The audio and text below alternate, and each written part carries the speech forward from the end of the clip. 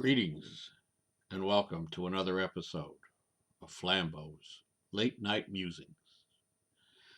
Tonight's story, another true story just like I wrote it, dates back to 1976.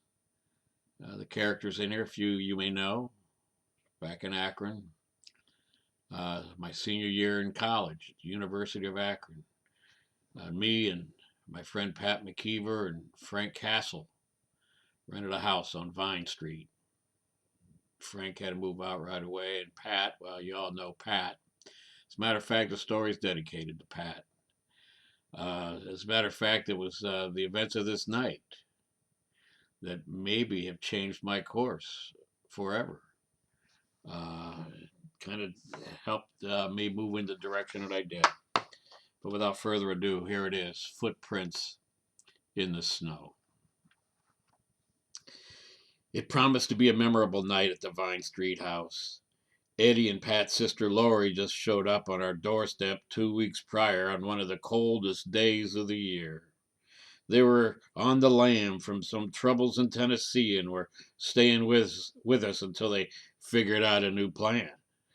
Our other roommate, Frank, had just gotten involved in some murder caper on the east side and probably wasn't going to be coming back, so we had the extra room. Pat was acting antsy that night. Going in and out of the back door, checking his watch, and not up to his usual banter.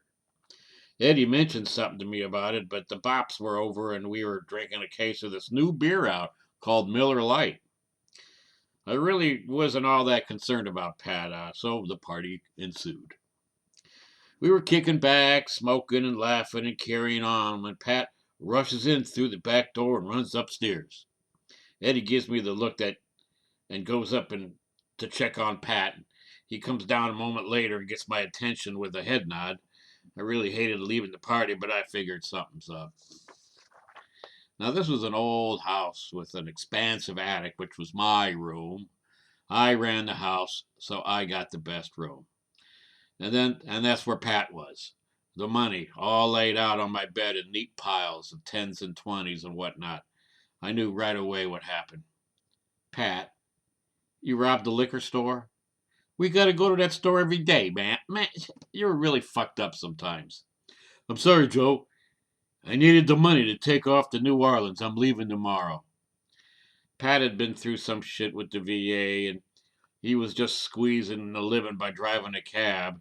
He was in love with some hooker and was chasing her down to New Orleans. Pat was normally a brilliant guy. We often expounded on the current events of the days. We're up on all the hippest music, always making the scene in Kent, always hitting the right notes. But sometimes he would just do the stupidest things. Sometimes just for style, and sometimes for the need for the inane thrill of doing something totally fucking sociopathic, like the armed robbery. I told Pat to stay put up in my room, and if anything happens, to hide in the far reaches of this ancient closet where I made Eddie store the guns. So back at the party, I had regained my former choice position back on the couch and just popped open a fresh Miller Lite when the cops rush in through the back and front doors simultaneously. Damn! Fucking Pat.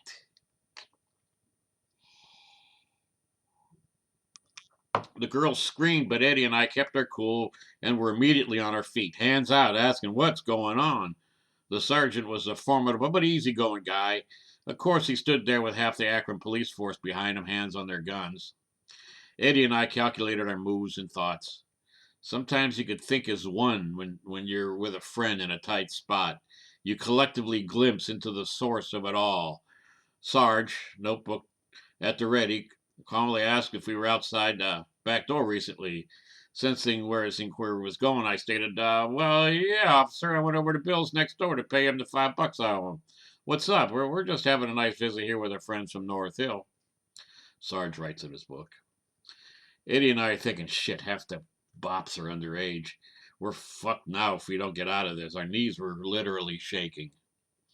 The Sarge explains that the university party store had just been robbed and they followed the footprints in the snow through the backyards. They ended on our porch.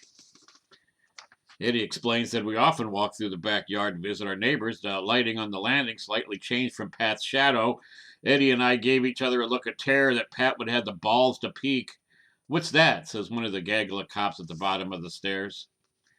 I mean, you got to picture this. There must have been a dozen cops filling the place.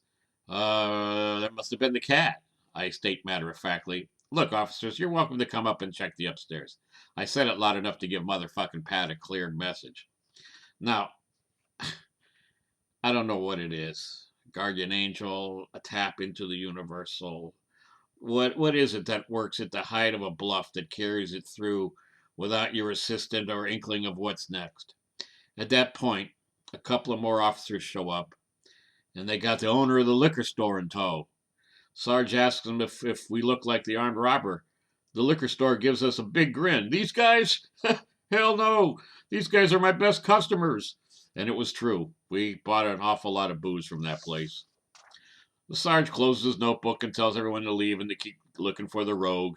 So all the cops trudge out, tracking their wet boots across the kitchen floor, over the living room carpet, and out the front door, destroying the only evidence that wasn't even noticed, that of Pat's wet shoe prints across the kitchen floor. How do these things happen? How did we pull from that magic? Sister Lux smiled down on us that night. Another unsolved crime. Did they pin it on some poor unsuspecting fool in the wrong place at the wrong time? I can't say.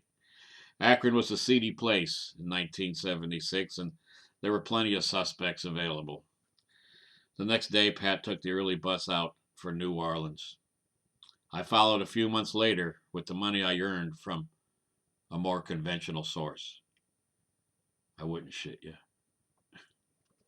That's it. Hope you enjoyed that. Just send me your comments, send me your questions. I'll answer to the best of my ability without getting anybody in trouble. I hope. Thank you.